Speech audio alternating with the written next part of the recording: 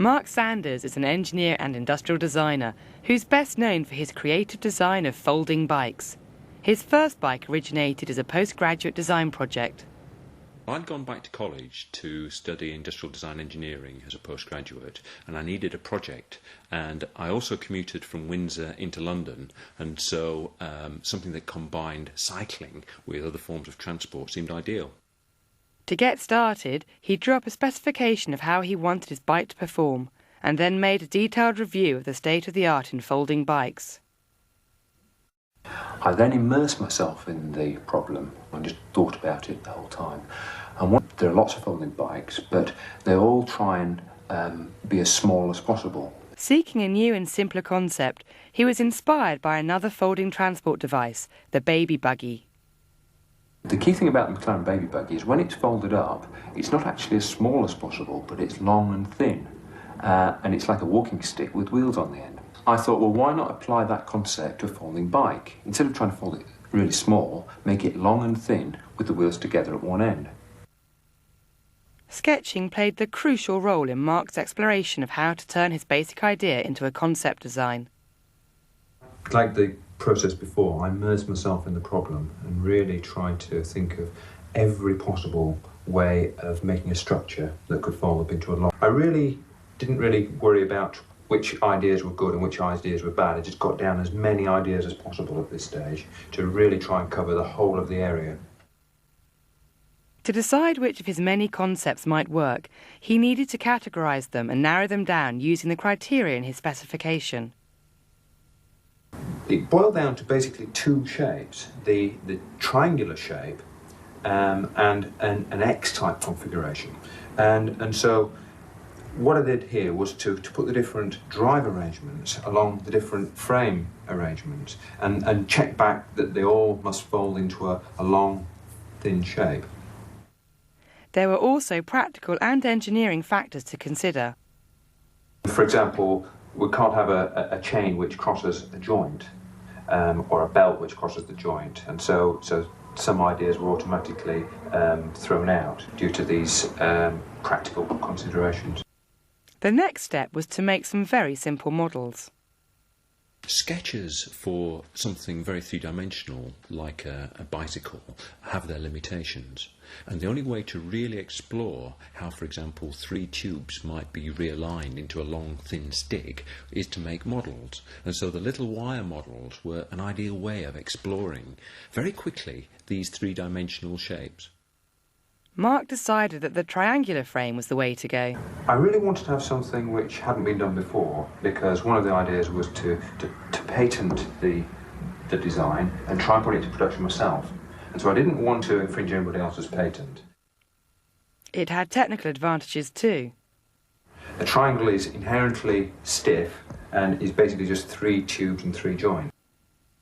Getting from sketches and wire models to the real thing involved some engineering science. He started doing very rough calculations on bending moments and weight distribution on the triangle, just to see that it was feasible. As the project progressed, the calculations became more and more sophisticated, looking at the actual materials proposed and wall thicknesses and other details. To make sure that the bike was actually going to be rideable, the next stage was to make a full-size mock-up, cobbled together out of bits of old bicycle. The fully adjustable joints and fittings helped Mark to come up with a final design, the first triangular frame folding bike. Eventually, he found someone prepared to set up a company and manufacture a commercial version of the bike, called the Strida. Its great strength was the simplicity of its folding mechanism. It was a considerable commercial success, with some 25,000 sold worldwide. As a folding bicycle design, it won on simplicity, but it didn't win on long-distance ability, and I think that was the main criticism of it. They pointed out that it wasn't good for tall people, that it wasn't as stiff as some of the mountain bikes they're used to riding, and that its handling wasn't as secure as a mountain bike. The feedback we got from users from the Mark I was that people wanted a bike which they could use for longer distances, more like a conventional bike. They wanted something that was stiffer, handled more like a conventional bike, and also had more knee room. And so the changes between the Mark 1 and the Mark 2 are basically an increase in frame length, which gives the knee clearance, and at the same time the steering geometry was altered to make the handling a bit more predictable, like a conventional bike. The other feedback we got from users was they wanted a much flatter package which could fit into the overhead lockers on trains and buses, particularly on trains. And so we had some folding handlebars added, which makes the whole thing very narrow in this plane. After a spell away from the company that made his bikes, Mark was invited back to help design the next generation of Striders. Well, moving from the Mark II to Mark III was a fantastic opportunity because the production was going to be moved from the UK to Taiwan, and they asked me to see if I could redesign it and take out all the user feedback problems that they'd been having. And at the top of the list were making the bike handle like a regular bike and also making it as stiff as a regular bike. The move to Taiwan has made lighter and stiffer all-metal construction economically viable. The major thing, I think, was moving a lot of the parts from which were previously plastic to aluminium and welded construction, which is actually as cost-effective in Taiwan as plastic construction is in the UK. Mark still uses sketching to create and develop his basic ideas and concepts. Sketching is still my main way of generating ideas. I still fill loads and loads of piece of paper with sketching. I can't refine an idea unless I've sketched it down and thought it through and added. He now makes much greater use of computer-aided design. I've used CAD in a big way now, and after the initial stage of sketching, I find it's a way of refining down to which prototypes to make. Rather than having to make 10 prototypes, the CAD system helps me decide which ones are worth making and then maybe just make one. I also like to make physical models, and that can either be handmade models out of wood, just to check how things feel and how you hold them, for example, or also parts made out of solid aluminium, for example, which need to take loads. Now, these parts are made directly from the CAD data using a computer numerically controlled machine to actually mill them out of solid aluminium, and then they can be tested with real live loads. Now, that technology has been hugely helpful in this development process. Even with CAD, there's still a need for physical test rigs.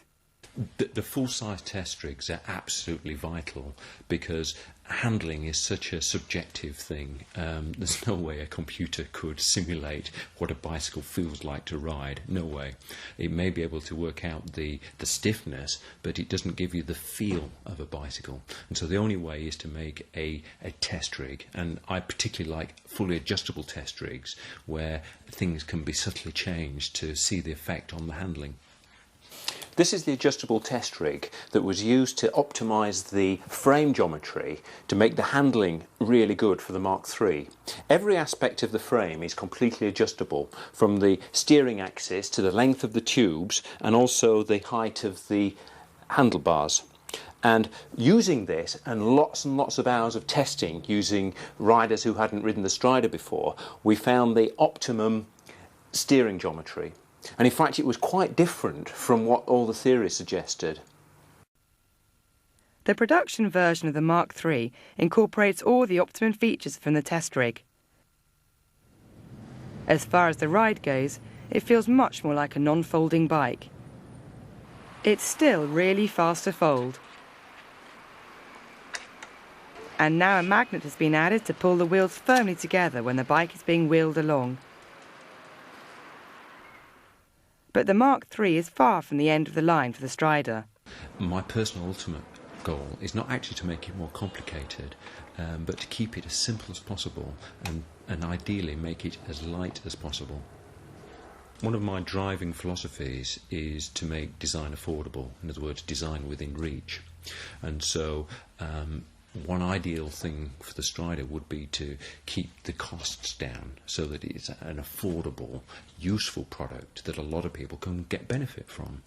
I obviously totally believe in it and believe in its advantages of being able to link other forms of transport, but I'd like to be able to offer that to as many people as possible.